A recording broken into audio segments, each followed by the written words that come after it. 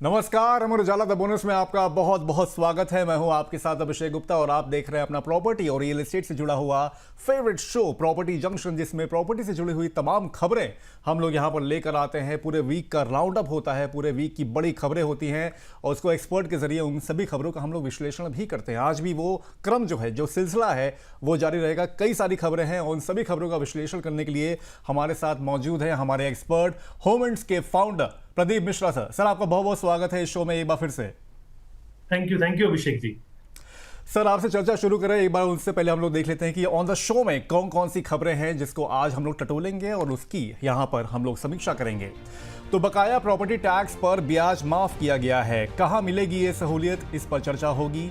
इसके अलावा उसके बाद हम लोग यहां पर बात करेंगे सुप्रीम कोर्ट की सीबीआई को फटकार, किस मामले में फटकार लगाई गई है, इसको भी हम लोग यहां पर जानने की कोशिश करेंगे। फिर बदलेंगे, यहां पर हम लोग बढ़ेंगे आगे और देखेंगे बड़े हाउसिंग ग्रुप की संपत्ति होंगी कुर्क, कौन सा ग्रुप है और क्या है मामला, उसको भी यहां पर हम लोग जानेंगे। फिर बात होगी छोटे शहरों में बनेंगी ग्रुप हाउसिंग, अच्छी पहल है जिससे फायदा लो इनकम ग्रुप्स वालों को भी हो सकता है, लेकिन कहां का ये मामला है और क्या फायदे मिलेंगे ये हम लोग जानेंगे। साथ में जानेंगे मुंबई में बनेंगे 20,000 सस्ते घर, किफायती घरों की बात हो जा रही है और जैसे कि हम लोग हमेशा बात भी करते हैं और वो चर्चा, यानी कि लो इनकम ग्रुप्स के जो लोग हैं उनको ये घर की सौगात मिलेगी मुंबई में। क्या पूरी खबर है, इसके अलावा और कई सारी खबरें होंगी, उनको भी आज हम लोग यहाँ पर अपनी चर्चा में शामिल करेंगे। चलिए शुरू करते हैं आज की पहली खबर से। हरियाणा सरकार ने बजट 2026-27 में प्रॉपर्टी मालिकों को बड़ी राहत देने का ऐलान किया है। मुख्यमंत्री नायब सिंह सैनी ने घोषणा की है कि 31 मार्च 2025 तक के बकाया प्रॉपर्टी टैक्स पर लगने वाले पूरे ब्याज को माफ किया जाएगा। हालांकि टैक्स की मूल राशि अभी भी जमा करनी होगी। इस फैसले से राज्य के शहरी क्षेत्रों के करीब 41 लाख से ज्यादा प्रॉपर्टी मालिकों को फायदा मिलने की उम्मीद है। सरकार ने इसके साथ अन्य शहरी राहतों की भी घोषणा की है, जैसे 500 स्क्वायर यार्ड्स तक के घरों को हर महीने 10 किलो लीटर मुफ्त पानी और पानी सीवर बिलों पर पेंडिंग सरचार्ज भी माफ किए जाने का प्रस्ताव है। इस कदम का उद्देश्य लोगों को बकाया टैक्स जमा करने के लिए प्रोत्साहित करना है और शहरी निकायों की आय यहां पर बढ़ाना है। सर, क्या प्रॉपर्टी टैक्स के बकाया ब्याज की जो माफी है, इससे लोगों को टैक्स जमा करने के लिए वाकई में ज्यादा प्रोत्साहन मिलेगा या ये सिर्फ एक तरह से एक हिट एंड रन स्कीम है, यानी जल्दी जल्दी लाई गई स्कीम है और फटाफट इससे रेवेन्यू इकट्ठा करना है उनको? देखिए अभिषेक, मेरे को लगता है कि ये एक प्रैक्टिकल स्टेप है। नायब सिंह सैनी सरकार ने ये प्रैक्टिकल स्टेप लिया है क्योंकि हमारे देश में बहुत बड़ी जनसंख्या है और वहां पर लोग प्रॉपर्टी टैक्स का जो प्रिंसिपल अमाउंट है वो अगर पे करके और उन्हें टैक्स पे एक हैवी इंटरेस्ट जो है या पेनल्टी जो है उसका पेमेंट कर देते हैं क्योंकि वो भुगतान को टाल रहे हैं। और अगर वो उसका पेमेंट करते हैं तो अथॉरिटीज के पास में बहुत सारी एकाएक पेमेंट आ जाती है, तो ब्याज पूरी तरह माफ कर दिया जाएगा यहाँ पर। तो लोगों को ये लगता है कि ओरिजिनल टैक्स लायबिलिटी चुकाकर वो अपना रिकॉर्ड साफ कर लें। और रियल एस्टेट के प्रोस्पेक्टिव से अगर आप इसे देखते हैं तो कॉम्प्लायंस इंसेंटिव मैकेनिज्म है ये। इससे लोग स्वेच्छा से अपना टैक्स आके जमा करके और अपना आगे बढ़ के टैक्स जमा करते हैं। और जो मेन रीजन है, लोगों को लगता है कि सरकार ने उन्हें वन टाइम ये अपॉर्चुनिटी दी है जिससे वो आसानी से अपनी लायबिलिटी क्लियर कर सकते हैं। और साथ ही मेरे को लगता है ये जरूरी है कि हरियाणा सरकार आगे सिस्टम को और ट्रांसपेरेंट और डिजिटल बनाए ताकि फ्यूचर में बकाया टैक्स की समस्या कम हो और अर्बन लोकल बॉडीज की रेवेन्यू जो सस्टेनेबिलिटी है वो कहीं हद तक मजबूत हो पाए, क्योंकि इसी से रेवेन्यू जो आता है, जनरेट होता है, उसी से शहर का विकास होता है।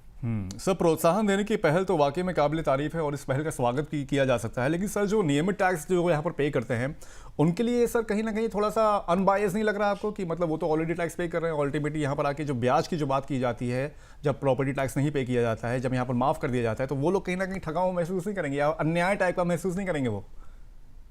देखिए अभिषेक, बिल्कुल ठीक है, आपकी बात वाजिब है, लेकिन जो लोग हर साल समय पे प्रॉपर्टी टैक्स करते हैं उन्हें लग सकता है कि ब्याज माफी से रेगुलर टैक्स पेयर्स के साथ थोड़ी सी असमानता, इनइक्वालिटी हो रही है। क्योंकि जिन्होंने नियमों का पालन किया उन्हें कोई एडिशनल बेनिफिट तो नहीं मिला, ठीक है, जबकि जिन्होंने टैक्स नहीं पे किया उनको इंटरेस्ट वेवर मिल गया। लेकिन पॉलिसी के स्तर पर अगर आप देखते हैं तो सरकार का उद्देश्य है कि वो लोग जो सिस्टम में नहीं है, जो टैक्स पे नहीं कर रहे हैं, उनको सिस्टम में लाना।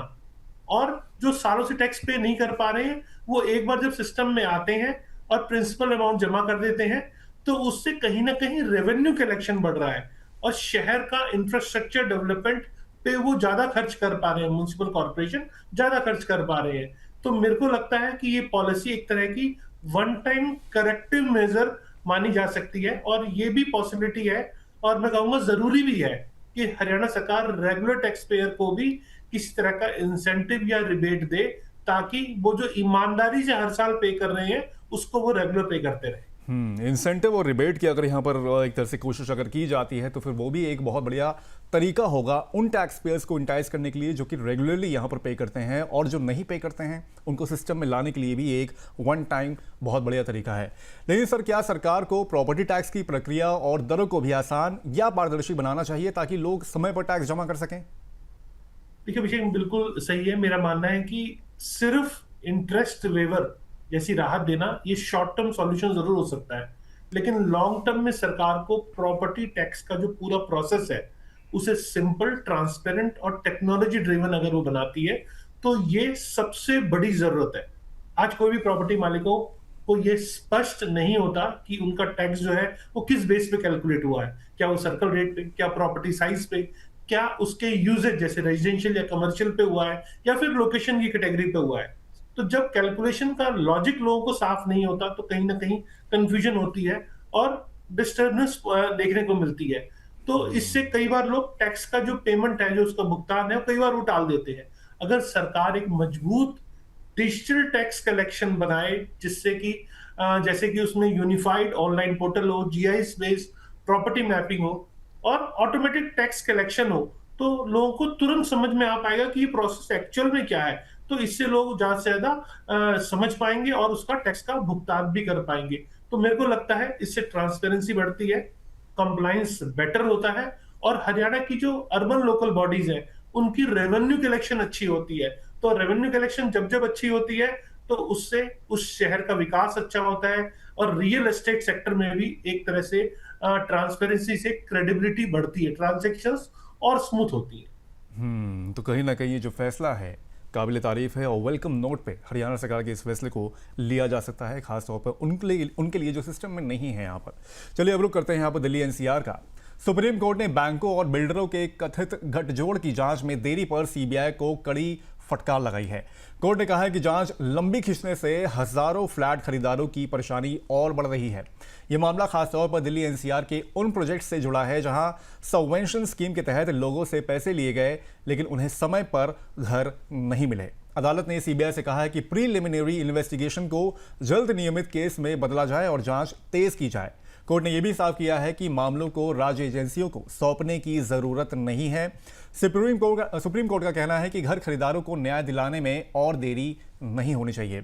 सर, बैंकों और बिल्डरों के गठजोड़ मामले में कोर्ट के फैसले के बाद भी सीबीआई की जांच में देरी हो रही है।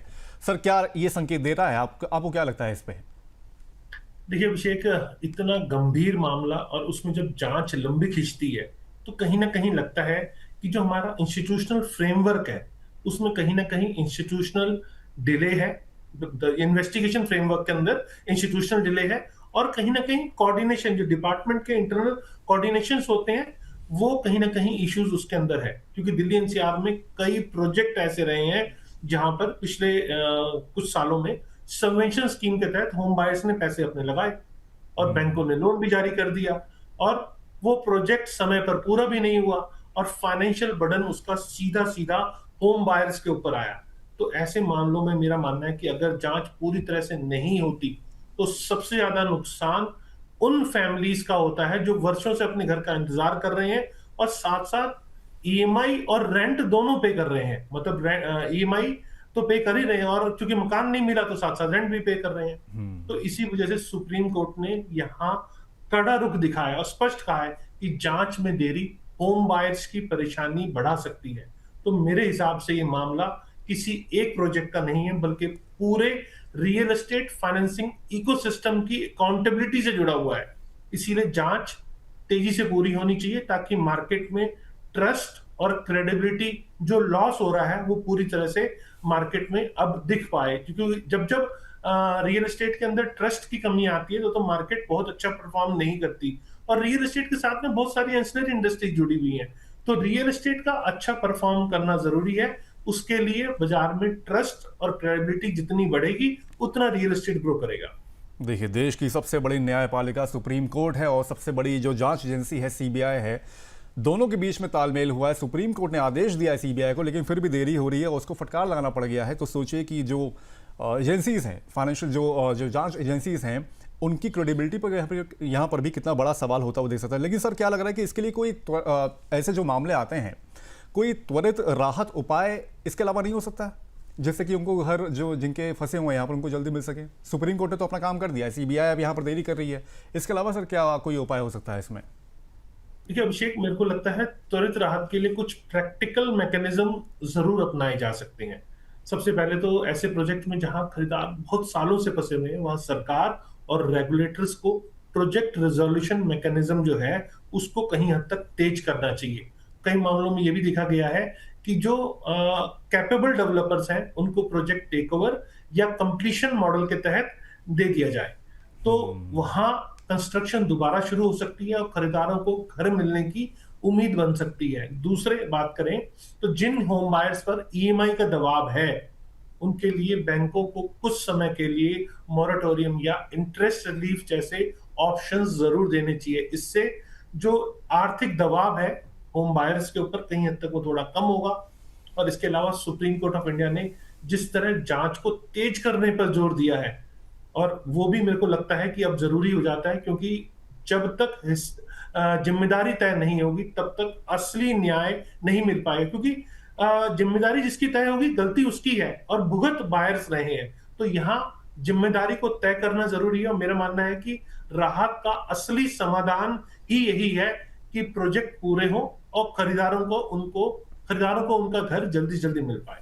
प्रोजेक्ट पूरे हो, खरीदारों को अपना घर जो है वो जल्दी से जल्दी मिले इसके तहत। और सर, आपने एक बहुत अच्छा वैलिड पॉइंट भी यहाँ पर रखा है, जब तक कि यहाँ पर ये पूरा मामला सुलट नहीं जाता है तो सुप्रीम कोर्ट की हियरिंग के बाद जो बैंक्स हैं यहाँ पर भी उनको यहाँ पर थोड़ा सा इंटरवीन करने की ज़रूरत है। और जो लोन करता जिन्होंने लोन लिया हुआ है उनको थोड़ा सा यहाँ पर रिलीफ देने की ज़रूरत है। ये एक इंटरम या फिर थोड़ी क्षणिक राहत यहाँ पर ज़रूर उनको दे सकती है। सर, क्या लेकिन गठजोड़ की जांच में जो हम लोग देख रहे हैं बैंक और बिल्डर्स के बीच में, उसमें सुधार के लिए कोई सिस्टमैटिक बदलाव या नियम बनाने की जरूरत है ताकि भविष्य में ऐसे मामले में खरीदारों को नुकसान ना हो? देखिए, मैं कहूंगा कि ऐसे मामलों में जो सबसे बड़ा सबक है वो यही मिलता है कि सिस्टमैटिक रिफॉर्म्स की यहाँ सख्त जरूरत है। सबसे पहले प्रोजेक्ट फाइनेंसिंग में बैंकों की जो लायबिलिटी है, जो जिम्मेदारी है, और ज्यादा वहां स्पष्ट होनी चाहिए। बैंक अगर किसी प्रोजेक्ट को लोन दे भी रहे हैं तो उन्हें ये इंश्योर करना चाहिए कि पैसा कंस्ट्रक्शन की प्रोजेक्ट जो प्रोग्रेस है उसी के अनुसार जारी हो, ना कि बड़ी रकम डेवलपर को पहले दे दी जाए क्योंकि डेवलपर से आपकी ट्विनिंग है या कहीं ना कहीं पैसे की लेन देन है। तो ये बिल्कुल ना हो। दूसरा, रेगुलेटर्स को फाइनेंशियल मॉनिटरिंग और जो एस्क्रो मैकेनिज्म है, क्योंकि अब रेरा आने के बाद एस्क्रो मैकेनिज्म अच्छे से वर्क करता है, तो एस्क्रो मैकेनिज्म को और ज्यादा सख्त बनाने की जरूरत है ताकि जो बायर्स का पैसा है वो केवल उसी प्रोजेक्ट के अंदर लगे, वो कहीं और ना लगे। और आज रियल एस्टेट सेक्टर पहले से ज्यादा रेगुलेटेड है, लेकिन फिर भी इन्फोर्समेंट को और मजबूत करने की जरूरत है। अगर ऐसे सख्त मॉनिटरिंग और अकाउंटेबिलिटी फ्रेमवर्क लागू हो जाए तो भविष्य में ना तो बिल्डर बैंक जो उनकी सांठगांठ है उसकी गुंजाइश रहेगी, और ना ही जो बहुत सारे होम बायर्स हैं उनका सालों से जो अपने घर का संघर्ष करना पड़ रहा है वो आगे हो पाएगा। मतलब अब लोगों को उससे इस तरीके से को अगर यूज करते हैं तो लोगों को उनका घर आसानी से मिल पाएगा, और फिर अगेन रियल एस्टेट में ट्रांसपेरेंसी और ट्रस्ट बढ़ेगा, उसका फायदा पूरी इकोनॉमी को होगा। वेरी वेल सेट सर, बस इस चीज़ को थोड़ा सा अमल करने की यहाँ पर ज़रूरत है। चलिए बढ़ते हैं अगली खबर की ओर। प्रवर्तन निदेशालय ने मनी लॉन्ड्रिंग मामले में अंसल एपीआई लिमिटेड और उसके प्रमोटर से जुड़ी लगभग 313 करोड़ रुपए की अचल संपत्तियां अटैच की हैं। ये कार्रवाई पीएमएलए कानून के तहत की गई है। जांच में सामने आया है कि लखनऊ के सुशांत गोल्फ सिटी प्रोजेक्ट के नाम पर घर खरीदारों से करीब 1235 करोड़ रुपए अग्रिम लिए गए थे, लेकिन उनमें से सिर्फ 921 करोड़ रुपए की परियोजनाओं के विकास पर खर्च किए गए। बाकी 313 करोड़ रुपए अन्य गतिविधियों में डाइवर्ट कर दिए गए। एक तरह से जो नॉन प्रोजेक्ट की योजनाएं थी, जहां इनको पैसा नहीं लगना था, उसके अलावा दूसरी गतिविधियों में लगा दिया गया। ईडी ने आगरा में स्थित लगभग 9.08 हेक्टेयर आवासीय भूमि समेत बराबर मूल्य की संपत्तियां अटैच की है। कंपनी और उसके निदेशकों के खिलाफ 278 एफआईआर दर्ज हैं, जिनमें फ्लैट और प्लॉट ना देने और धन के दुरुपयोग के आरोप लगाए गए हैं। सर, ईडी की कार्रवाई के बाद खरीदारों को अपने फ्लैट और प्लॉट जल्द मिलेंगे कि अभी इसमें समय लगेगा, क्या लग रहा है आपको? देखिए अभिषेक, मैं कहूंगा कि इन्फोर्समेंट डायरेक्टरेट की जो कार्रवाई है वो एक इंपॉर्टेंट स्टेप है, बहुत जरूरी था। क्योंकि इससे ये कम से कम साफ संदेश जाता है कि अगर किसी प्रोजेक्ट के अंदर फंड डायवर्शन या फंड्स की फाइनेंशियल इरेगुलरिटीज हुई है तो वहां सख्त कार्रवाई होगी। लेकिन वास्तविकता ये है कि केवल संपत्ति को अटैच करना या संपत्ति के अटैच हो जाने से तुरंत कहीं ना कहीं बायर्स को उनके फ्लैट या प्लॉट नहीं मिल पाएंगे, और ऐसा संभव होता हुआ इमीडिएटली दिखता भी नहीं है। क्योंकि इसके बाद कानूनी जो प्रोसेस है, कोई जांच है, और कई बार आप देखेंगे कोर्ट के ऑर्डर्स भी आते हैं, उनके आधार पे ये तय होता है कि उस प्रॉपर्टी या उस प्रोजेक्ट का आगे क्या होगा। क्या उसे किसी दूसरे डेवलपर को देके पूरा कराया जाएगा या फिर किसी रिजोल्यूशन मैकेनिज्म के तहत प्रोजेक्ट को रिवाइव किया जाएगा। और अंसल एपीआई लिमिटेड के मामले में भी असली राहत तब मिलेगी जब प्रोजेक्ट का कंस्ट्रक्शन दोबारा शुरू हो पाएगा और बायर्स को वास्तविक पोजीशन मिलने की दिशा में ठोस कदम उठ पाएंगे। तो ऐसी कार्रवाई मेरे को लगता है पॉजिटिव है, लेकिन बायर्स को राहत मिलने में अभी मेरे को कुछ और समय लगता दिख रहा है। मतलब क्विक रेजोल्यूशन मेरे को अभी नहीं आता दिख रहा।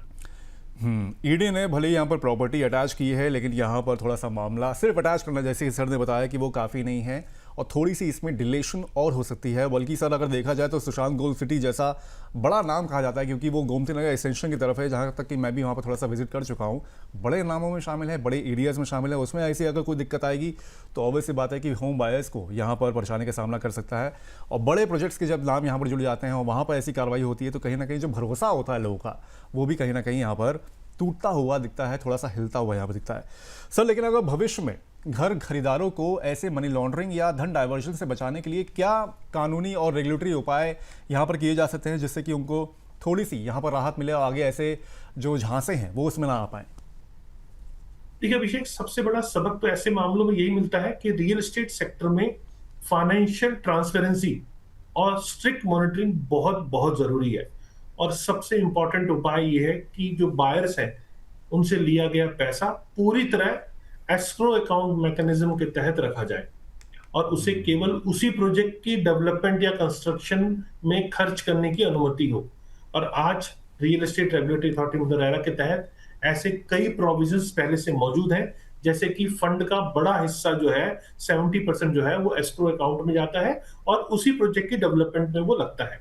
लेकिन जरूरत इस बात की है कि इन जो नियम है इसकी स्ट्रिक्ट इन्फोर्समेंट और रेगुलर ऑडिट भी उतनी ही मजबूत हो। सिर्फ आधार बना देना या पॉलिसी बना देना सफिशिएंट नहीं है, उनका रेगुलर ऑडिट भी उतना मजबूत हो। इसके अलावा सरकार और रेगुलेटर्स को digital project monitoring, financial disclosures और क्वार्टरली कंप्लायंस रिपोर्टिंग को सख्त करना बहुत जरूरी है। अगर इस तरह का मजबूत रेगुलेटरी फ्रेमवर्क लागू होता है तो भविष्य में मेरे को लगता है फंड डाइवर्जन या मनी लॉन्ड्रिंग की जो पॉसिबिलिटीज है वो काफी हद तक कम हो सकती है और होम बायर्स का भरोसा भी रियल एस्टेट सेक्टर पे बना रहेगा।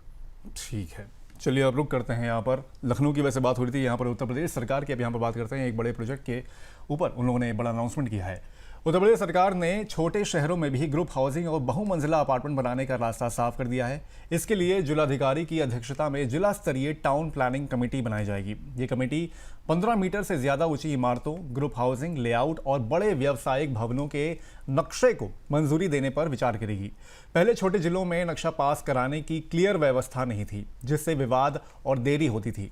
नई व्यवस्था लागू होने से बिल्डरों और निवेशकों को लोकल लेवल पर ही अनुमति मिल सकेगी। इससे छोटे शहरों में टाउनशिप और आधुनिक फ्लैट्स का विकास तेज होगा और रोजगार के मौके भी यहाँ पर बढ़ते हुए दिख सकते हैं। सर, छोटे शहरों में टाउन प्लानिंग कमेटी बनाना छोटे शहरों के हिसाब से कितना जरूरी कदम है और इसका प्रोसेस क्या होगा, क्या लग रहा है आपको? देखिए अभिषेक जी, छोटे शहरों में टाउन प्लानिंग कमेटी का जो गठन है वास्तव में मैं कहूंगा कि बहुत जरूरी और टाइम के अनुसार उठाया गया एक कदम है। अब तक सबसे बड़ी समस्या ये थी कि छोटे जो जिले हैं उनमें ग्रुप हाउसिंग या मल्टी स्टोरी अपार्टमेंट या फिर कमर्शियल बिल्डिंग है, उनके नक्शे पास कराने की कोई क्लियर व्यवस्था नहीं थी। इस वजह से बिल्डर और इन्वेस्टर्स को या तो बड़े शहरों के डिपार्टमेंट के चक्कर लगाने पड़ते थे या फिर प्रोजेक्ट लंबे समय तक अटके रहते थे। यहाँ उत्तर प्रदेश गवर्नमेंट की ये जो नया व्यवस्था है, इसके तहत जिला अधिकारी की अध्यक्षता में district level town planning committee बनेगी और जो 15 मीटर से अधिक ऊंची जो इमारतें, क्योंकि जब ग्रुप हाउसिंग जाती है तो 15 मीटर से ऊपर जाती है, तो जो 15 मीटर से अधिक ऊंची इमारतें हैं, ग्रुप हाउसिंग प्रोजेक्ट्स और बड़े कमर्शियल लेआउट्स हैं, उनको स्थानीय स्तर पर ही अप्रूव करने का प्रोविजन बनाया गया है। तो उसी पे विचार किए थे कि उसका अप्रूवल दिया जाएगा। इससे सबसे बड़ा फायदा ये होने वाला है कि अप्रूवल प्रोसेस जो पहले सिर्फ बड़े शहरों तक सीमित था, वो कहीं हद तक डिसेंट्रलाइज्ड होगा और छोटे शहर पे हो पाएगा, तो इससे समय भी कम लगेगा। और इसका रिजल्ट ये होगा कि छोटे शहर भी प्लान्ड अर्बन डेवलपमेंट कर पाएंगे, उसको बढ़ावा मिलेगा और रियल एस्टेट इन्वेस्टमेंट छोटे शहरों की तरफ भी बढ़ेगा। जिस हिसाब से आज के टाइम पर बड़े शहरों में लोग घर नहीं खरीद पा रहे हैं और वर्क फ्रॉम होम जैसे ऑप्शंस अवेलेबल हैं, तो लोग अपने होम टाउन में भी रहना पसंद करते हैं। तो छोटे शहरों में मेरे को लगता है टियर 2 टियर 3 सिटी में जिस हिसाब से गवर्नमेंट का फोकस भी है और इस हिसाब से अगर ऐसी कमिटीज बनती हैं, लोकल लेवल पे अप्रूवल्स मिलती हैं, तो रियल एस्टेट में इन्वेस्टमेंट्स यहाँ बढ़ेगा और इन्वेस्टर्स भी यहाँ आएंगे और हाउसिंग सप्लाई भी बेटर होगी और लोकल लेवल पर लोगों को कहीं ना कहीं जॉब अपॉर्चुनिटी भी मिलने वाली है यहाँ पे। छोटे शहरों में ही अगर व्यवस्था यहाँ पर डिसेंट्रलाइज हो जाएगी तो ऑब्वियस बात है, सर ने दो बड़े पॉइंट्स यहाँ पर बताया कि तो बड़े शहरों का रुख नहीं करना पड़ेगा और दूसरी चीज़ यही वहीं पर ही लोकल अथॉरिटीज़ के अंडर ही यहाँ पर आपको जाना आसान होगा, पैसे की यहाँ पर बचत होगी, कई सारे यहाँ पर बेनिफिट्स होते हुए दिख सकते हैं। लेकिन सर क्या इस नई व्यवस्था से छोटे शहरों में जो अतिक्रमण या प्लॉटिंग विवाद जो होते हैं वो कम होंगे और इसके लिए जनता को क्या सावधानी बरतनी चाहिए?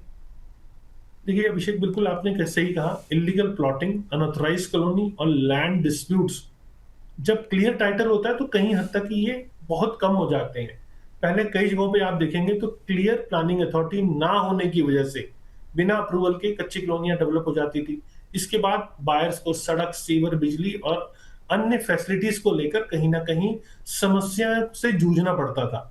और अब जब ये बन जाएगा तो जिला स्तर पर ही प्लान्ड अप्रूवल सिस्टम बनेगा और लेआउट्स और ग्रुप हाउसिंग प्रोजेक्ट की जांच पहले ही हो जाएगी और कहीं हद तक जो अनऑथराइज या इलीगल डेवलपमेंट है उनकी संभावनाएं भी काफी हद तक कम हो जाएगी। लेकिन साथ साथ यहाँ पब्लिक को भी सतर्क रहने की जरूरत है। किसी भी प्लॉट या फ्लैट को खरीदने से पहले ये जरूर चेक कर लें कि प्रोजेक्ट को लोकल लेवल की जो टाउन प्लानिंग कमेटी है उससे रिलेटेड अथॉरिटी से अप्रूवल मिली है या नहीं। इसके अलावा layout approval, land title clarity और डेवलपमेंट की परमिशन अगर वहां है तो उनकी जरूर जांच कर लें।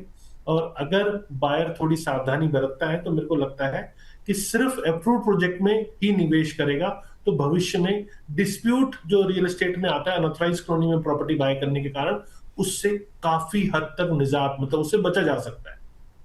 तो काफ़ी एक तीर से कई सारे निशाने यहाँ पर साधने की कोशिश की गई यूपी सरकार की ओर से। चलिए अब यूपी के बाद यहाँ पर रुक करते हैं महाराष्ट्र का, और महाराष्ट्र में बेसिकली मुंबई का। मुंबई में किफ़ायती घरों की कमी दूर करने के लिए Maharashtra housing and area development authority यानी कि MHADA ने अगले 6 से 7 सालों में क्लस्टर रीडेवलपमेंट मॉडल के जरिए करीब 20,000 सस्ते घर बनाने का टारगेट रखा है। इस मॉडल में अलग अलग इमारतों को अलग अलग रीडेवलप करने के बजाय पूरे इलाके को ही एक साथ डेवलप किया जाएगा। माडा के अनुसार मुंबई में कई पुरानी और जर्जर इमारतें हैं जिन्हें क्लस्टर तरीके से पुनर्विकसित कर बड़ी संख्या में जमीन और एडिशनल फ्लैट्स तैयार किए जा सकते हैं। इससे खासकर लो इनकम और मिडिल इनकम सेक्शन के लिए किफायती घर अवेलेबल कराए जाएंगे। इस योजना से शहर में 800 से 1000 एकड़ तक जमीन का बेहतर इस्तेमाल हो सकेगा और साथ ही बेहतर सड़क, बुनियादी सुविधाएं और आधुनिक आवास विकसित किए जा सकेंगे। ये 2030 तक मुंबई मेट्रोपॉलिटन रीजन यानी कि MMR में 28 लाख सस्ते घर देने की एक बड़ी स्ट्रैटेजी का हिस्सा है, जिसमें फ्यूचर की 60 से 70% सप्लाई ऐसे रीडेवलपमेंट प्रोजेक्ट से ही आने की उम्मीद है। सर, क्लस्टर रीडेवलपमेंट मॉडल को थोड़ा डीप डाइव करके सर हमारे आसान भाषा में हमारे दर्शकों को पहले एक बार समझा दीजिए और ये कितना इंपॉर्टेंट है लो इनकम और मिडिल इनकम ग्रुप्स के लिए। देखिए अभिषेक, क्लस्टर रीडेवलपमेंट मॉडल का मतलब बहुत आसान है। मतलब आमतौर पे आप देखेंगे किसी शहर में पुरानी जो इमारतें होती थी उनका रीडेवलपमेंट होता है। तो एक एक बिल्डिंग को अलग अलग तोड़कर नया बनाया जाता है। लेकिन क्लस्टर मॉडल में पूरे इलाके या कई ऐसी इमारतों को एक साथ लेकर इंटीग्रेटेड डेवलपमेंट किया जाता है। Maharashtra housing and area development authority, मतलब महाडा, इसी मॉडल के जरिए पुराने और जो जर्जर हो चुके इलाके हैं उनको एक साथ डेवलप करने की प्लानिंग बना रही है। इससे जमीन का बेटर उपयोग हो पाएगा मुझे लगता है, क्योंकि नई स्कीम में बड़े रोड, ओपन स्पेस और मॉडर्न इंफ्रास्ट्रक्चर का ज्यादा होना, और हाउसिंग यूनिट्स भी, चूंकि एफएआर काफी बढ़ चुकी है अब, तो नए हाउसिंग यूनिट्स भी बन पाएंगे। मुंबई जैसे शहर में जहां लैंड की अवेलेबिलिटी बहुत कम है, मैं कहूंगा सीमित है, तो इस मॉडल से खासकर लो इनकम और मिडिल इनकम ग्रुप के लिए एक नई अपॉर्चुनिटी मेरे को यहाँ दिख रही है। जब जब बड़े स्तर पर रीडेवलपमेंट होता है तो एडिशनल फ्लैट्स तैयार होते हैं, जिससे सरकार को अफोर्डेबल हाउसिंग सप्लाई बढ़ाने का एक मौका मिलता है। और यही वजह है कि ये मॉडल आने वाले समय में शहर की जो हाउसिंग सप्लाई है उसका एक बड़ा हिस्सा बन सकती है। तो ये फैसला भी महाराष्ट्र की ओर से, माडा की ओर से जो लिया गया है वो मुंबई के निवासियों के लिए खास तौर पर, और लोअर और मिडिल इनकम ग्रुप्स के लोगों के लिए यहाँ पर एक संजीवनी कह सकते हैं, क्योंकि कई सारे वहाँ पर जो इलाके हैं वो बहुत महंगे हो गए हैं। अफोर्डेबिलिटी के लिहाज से अगर देखा जाए तो उनकी पहुँच से बाहर है। तो ये जो फैसला लिया गया है वो कहीं ना कहीं उनके लिए अच्छा साबित हो सकता है। लेकिन सर, इस योजना में पुराने घरों के निवासी जो हैं और पट्टेदारों के जो राइट्स हैं और पुनर्वास का जो प्रावधान है सर, वो कितना सेफ और कितना ट्रांसपेरेंट आपको लग रहा है कि हो जाएगा? देखिए अभिषेक, किसी भी रीडेवलपमेंट मॉडल का जो सफलता है वो इस बात पर निर्भर करती है कि वहां रहने वाले जो मूल निवासी थे उनके राइट्स और रिहैबिटेशन कितने सिक्योर है, मतलब कितने सुरक्षित है। क्लस्टर रीडेवलपमेंट में आमतौर पे ये प्रोविजन होता है कि पुराने घर के निवासी उसको जो वहां के निवासी हैं या टेनेंट्स को नए प्रोजेक्ट में रिहैबिटेशन फ्लैट्स दिए जाते हैं, ताकि उन्हें उसी इलाके में बेटर और सिक्योर घर मिल सके। महाराष्ट्र हाउसिंग और एरिया डेवलपमेंट अथॉरिटी जैसी एजेंसीज जो है आमतौर पे रीडेवलपमेंट से पहले रेजिडेंट्स के कंसेंट, मैक्सिमम रेजिडेंट्स के कंसेंट, एलिजिबिलिटी वेरिफिकेशन और रिहैबिटेशन पॉलिसी जो तय की हुई है उस तहत काम करती है। और कई मामलों में देखा जाता है कंस्ट्रक्शन के दौरान रेजिडेंट्स को ट्रांजिट एकोमोडेशन या रेंट कंपनसेशन भी दिया जाता है। हालांकि ट्रांसपेरेंसी बनाए रखने के लिए ये जरूरी है कि पूरा जो प्रोसेस है उसमें क्लियर डॉक्यूमेंटेशन हो, डिजिटल रिकॉर्ड्स हो और गवर्नमेंट की मॉनिटरिंग के तहत हो। अगर रेजिडेंट्स को उनके राइट्स या फ्लैटों के साइज या फिर पोजीशन टाइमलाइन के बारे में पहले से स्पष्ट जानकारी दी जाए तो रीडेवलपमेंट के दौरान किसी भी तरह के डिस्प्यूट सामने नहीं आते, और लोगों को जो भरोसा है, लोगों का जो भरोसा है, क्योंकि जो अपने घर दे रहे हैं उनके भरोसे की भी बहुत बड़ी बात होती है, तो उनका भरोसा भी बना रहता है। तो अगर इस तरह से काम किया जाए तो ये एक अच्छा मॉडल मैं समझता हूँ। तो मुंबई का मॉडल अच्छा मॉडल हो सकता है, और हो सकता है कि दूसरे शहरों में भी इसको यहाँ पर लागू किया जा सकता है। चलते हैं वापस यूपी की ओर आते हैं। एक बड़ा फैसला लिया गया है यूपी की कैबिनेट बैठक में। अब यूपी में कोई भी संपत्ति जो होगी वो बेचने से पहले विक्रेता के नाम और दस्तावेज का मिलान यहाँ पर खतौनी में किया जाएगा। अगर नाम सही है तभी रजिस्ट्री होगी।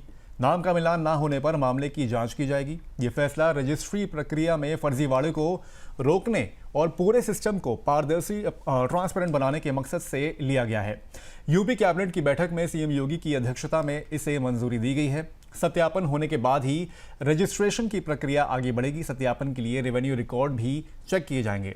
अगर दस्तावेज का मिलान खतौनी से नहीं होता है तो रेवेन्यू विभाग इसकी जांच करेगा। खतौनी के नाम और दस्तावेज मिलाने के जो नियम है उसकी जरूरत क्यों पड़ गई इस बार, और किस तरह के फर्जीवाड़े हो रहे थे जिससे कि निपटने के लिए ये नियम लाया गया है यहाँ पर? देखिए अभिषेक, उत्तर प्रदेश की हम बात कर रहे हैं तो उत्तर प्रदेश में खतौनी के नाम पर जो डॉक्यूमेंट्स है उनका जो मिलान है उसका नया नियम इसीलिए जरूरी हो जाता है क्योंकि कई मामलों में सेलर के डॉक्यूमेंट्स और खतौनी के जो रिकॉर्ड है उसमें कहीं ना कहीं मिसमैच होता था। इसी कारण से डुप्लीकेट सेल और फॉर्ज सेल डीड और साथ में इलीगल ट्रांसफर और फ्रॉडुलेंट ट्रांजैक्शंस बहुत सारी सामने आती थी, जिनमें जेन्युइन जो होम बायर्स होते थे या प्रॉपर्टी जो भी खरीद रहे हैं और या फिर इन्वेस्टर्स हैं उनको काफी लीगल तरीके से नुकसान होता था। और कई बार जो फ्रॉडस्टर्स हैं पुराने और या फेक डॉक्यूमेंट नकल बनाकर प्रॉपर्टी बेच देते थे। तो खरीदारों का बहुत सारा पैसा डंप हो जाता था या हड़प लिया जाता था। अब इस नियम के अनुसार केवल वही सेलर रजिस्ट्री करवा सकेगा जिसका नाम खतौनी में सही तरीके से दर्ज हो। मेरे को लगता है कि इस कदम से सिस्टम की क्रेडिबिलिटी, अकाउंटेबिलिटी और ऑनरशिप ट्रांसपेरेंसी बढ़ती है और भविष्य में फ्रॉडुलेंट एक्टिविटीज पर बड़ा कंट्रोल हो पाता है। तो ये भी एक अच्छा स्टेप है गवर्नमेंट का, अगर इसको सही ढंग से लागू किया जाए, क्योंकि जितनी ट्रांसपेरेंसी होती है उतना रियल एस्टेट में ज्यादा ट्रांजैक्शंस होती है। लोगों के अंदर से डर खत्म होता है कि गवर्नमेंट का टाइटल को मेंटेन करने का जो मैकेनिज्म है वो परफेक्ट है, तो वहां कहीं भी फ्रॉड नहीं होगा, तो लोग ज्यादा से ज्यादा खरीदारी करते हैं। तो प्रॉपर्टी का जो मालिक होगा उसका नाम और दस्तावेज का जो मिलान है यहाँ पर खतौनी से किया जाएगा, और यहाँ पर अगर जब मिलान किया जाएगा तो ऐसे एक तरह से ट्रांसपेरेंसी और बढ़ेगी, फर्जीवाड़े यहाँ पर बहुत ज़्यादा कम होते हुए दिख सकते हैं। लेकिन सर, जो नई प्रक्रिया से संपत्ति रजिस्ट्रेशन जल्दी और सुरक्षित होगी, या इससे लोगों को जो एडिशनल टाइम और जाएगा, उनका पेचीदगियाँ होगी, जो थोड़ी सी उसमें कॉम्प्लेक्सिटी होगी, वो ज़्यादा हो जाएगी? क्या लग रहा है इसमें? देखिए अभिषेक, जब भी कोई नया प्रोसेस लागू होता है तो शुरू में ये पॉसिबिलिटीज होती हैं कि प्रोसीजरल डिले होगा, और क्योंकि एडिशनल वेरिफिकेशन स्टेप उसके अंदर ऐड कर दी जाते हैं, और रजिस्ट्री से पहले नाम और डॉक्यूमेंट्स का कंप्लीट वेरिफिकेशन अब जरूरी होगा, तो कहीं ना कहीं एडिशनल डिले तो देखने को मिलेगा। तो पहले डॉक्यूमेंट मिसमैच और फॉर सेल के कारण कई ट्रांजैक्शन सालों तक जुडिशियल पेंडेंसी और डिस्प्यूट्स में फंसे रहते थे। अब नियम के अनुसार रजिस्ट्री केवल और केवल वेरीफाइड ऑनर्स के नाम होगी, जिससे फ्रॉडुलेंट ट्रांजैक्शन की पॉसिबिलिटी लगभग समाप्त हो जाती है। लंबे समय से इस सिस्टम को ज्यादा सिक्योर, लिटिगेशन फ्री और मैं तो कहूंगा रोबस्ट बनाएगा। लेकिन इनिशियल स्टेज में ही मान के चलिए थोड़े एडिशनल एफर्ट्स और समय जरूर लगेगा, लेकिन ये स्टेप प्रॉपर्टी बायर्स और सेलर्स दोनों के लिए लीगल और इकोनॉमिक इंटरेस्ट की सिक्योरिटी इंश्योर करेगा और मार्केट में, रियल एस्टेट मार्केट में भरोसा बढ़ाएगा। बिल्कुल सही बात है। एडिशनल टाइम यहाँ पर ज़रूर लगेगा, लेकिन लॉन्ग टर्म के लिहाज से अगर देखा जाए तो सेफ्टी ज़रूरी है यहाँ पर, वो यहाँ पर मद्देनज़र रखते हुए यहाँ पर अगर देखा जाए तो फिर भले ही थोड़ा सा टाइम लग जाए, लेकिन ये फैसला जो है यहाँ पर जो घर खरीदार हैं उनके एक तरह से हित में लिया गया है। सर, अगर नाम या दस्तावेज मिलान नहीं होता है तो रेवेन्यू विभाग की जांच प्रक्रिया में खरीदार या विक्रेता के अधिकार और जो सुरक्षा है वो कैसे यहाँ पर सुनिश्चित की जाएगी? देखिए यहाँ अभिषेक जी, अगर मिसमैच है तो रेवेन्यू जो विभाग है वो प्रिलिमिनरी इंक्वायरी करेगा, और उस दौरान दोनों पक्ष, सेलर और बायर को पूरी तरह से सेफगार्ड और नोटिस मिलेगा, और उनका दोनों का पक्ष सुना जाएगा। कानूनी तरीके से जो पक्ष है वो सुना जाएगा, और डिपार्टमेंट जांच के दौरान डॉक्यूमेंट वेरिफिकेशन, ऑनरशिप की क्लैरिफिकेशन, साथ में ड्यू प्रोसेस ऑफ लॉ जो है वो उसको जरूर अपनाएगा, ताकि जेन्युइन ऑनर या बायर को नुकसान ना हो। सभी को नोटिसेस और वेरिफिकेशन डिजिटली और ट्रांसपेरेंटली मेंटेन करने होंगे। इस तरह फ्रॉडुलेंट ट्रांजैक्शन को रोका जाएगा और सिस्टम अधिक रोबस्ट और ट्रस्टवर्दी और अकाउंटेबल बनेगा। साथ ही प्रॉपर्टी बायर्स और इन्वेस्टर्स के लीगल राइट्स, मेरे को लगता है इससे पूरी तरह सुरक्षित, सेफ हो पाएंगे, जिससे प्रॉपर्टी मार्केट में फिर से लॉन्ग टर्म स्टेबिलिटी और क्रेडिबिलिटी तभी बढ़ पाएगी। कुल मिला के सेफ्टी जो है बायर्स की यहाँ पर वो इंश्योर की जा सकती है। चलिए अब रुक करते हैं यहाँ पर फटाफट खबरों का, देखते हैं कौन सी खबरें हमारे फटाफट खबरों में यहाँ पर शामिल हुई हैं। तो कमर्शियल एलपीजी सिलेंडर की कमी का असर जो है अब पेइंग गेस्ट यानी कि पीजी आवास पर भी पड़ने लगा है। आईटी सिटी बेंगलुरु में कई पीजी मालिकों ने गैस बचाने के लिए खाने की व्यवस्था में बदलाव किया है। अब हफ्ते के दिनों में सिर्फ 2 समय खाना देने और गैस ज़्यादा खर्च करने वाले व्यंजन जैसे कि डोसा हो गया, पूड़ी हो गया, तली चीज़ें हो गई, उनको कम करने की सलाह दी गई है। कुछ पीजी में सेल्फ कुकिंग सर्विस भी अस्थायी रूप से बंद कर दी गई है।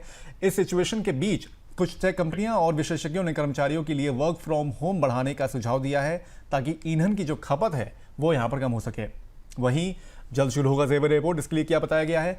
जेवर स्थित नोएडा इंटरनेशनल एयरपोर्ट का उद्घाटन जल्दी किया जाएगा। केंद्रीय नागरिक उड्डयन मंत्री किंजरापू राममोहन नायडू ने राज्यसभा में इसकी जानकारी देते हुए कहा कि एयरपोर्ट को एरोड्रोम लाइसेंस मिल चुका है, जो उड़ान शुरू करने से पहले जरूरी मंजूरी होती है एक तरह से। अब उद्घाटन के बाद लगभग 45 दिन से 2 महीने के अंदर एयरलाइन सर्विस शुरू होने की उम्मीद है। पहले फेज में एयरपोर्ट पर एक रनवे और 1.2 करोड़ यात्रियों की ईयरली कैपेसिटी होगी और करीब 150 उड़ानें रोज संचालित हो सकेंगी। यह परियोजना राष्ट्रीय राजधानी क्षेत्र और पश्चिमी उत्तर प्रदेश में कनेक्टिविटी बढ़ाने, इन्वेस्टमेंट अट्रैक्ट करने और रोजगार के अवसर पैदा करने में एक इम्पॉर्टेंट भूमिका यहां पर अदा करेगी।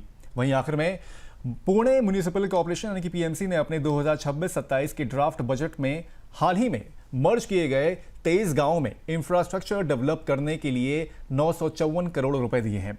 अर्जेंट जरूरतों को पूरा करने पर फोकस करते हुए बजट में पानी के लिए 250 करोड़ रुपए, ड्रेनेज के लिए 130 करोड़ रुपए और सड़कों के लिए 160 करोड़ रुपए शामिल हैं। इस पहल का मकसद इन इलाकों में रहने की सुविधा को बेहतर बनाना और तेजी से हो रहे शहरीकरण को मैनेज करना है। इन इलाकों के नए कॉरपोरेटर्स के चार्ज संभालने के बाद ये पहला बजट है जो इंफ्रास्ट्रक्चर को अपग्रेड करने के भारी दबाव को दिखाता है। सनी, खबरों में से किसी एक में टिप्पणी करना चाहेंगे आप?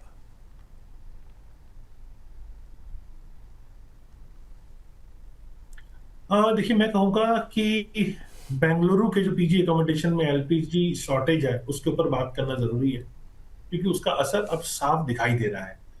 कमर्शियल सिलेंडर की किल्लत ने खाना बनाने और डेली ऑपरेशंस पे सीधा कहीं ना कहीं प्रभाव डाला है। पीजी मालिक अब कुकिंग शेड्यूल और मेन्यू एडजस्टमेंट कर रहे हैं, जैसे सप्ताह में केवल 2 बार खाना देना या हाई गैस कंज्यूमिंग डिशेस जैसे डोसा है, पूरी है, ऐसी तली चीजों को कम करना।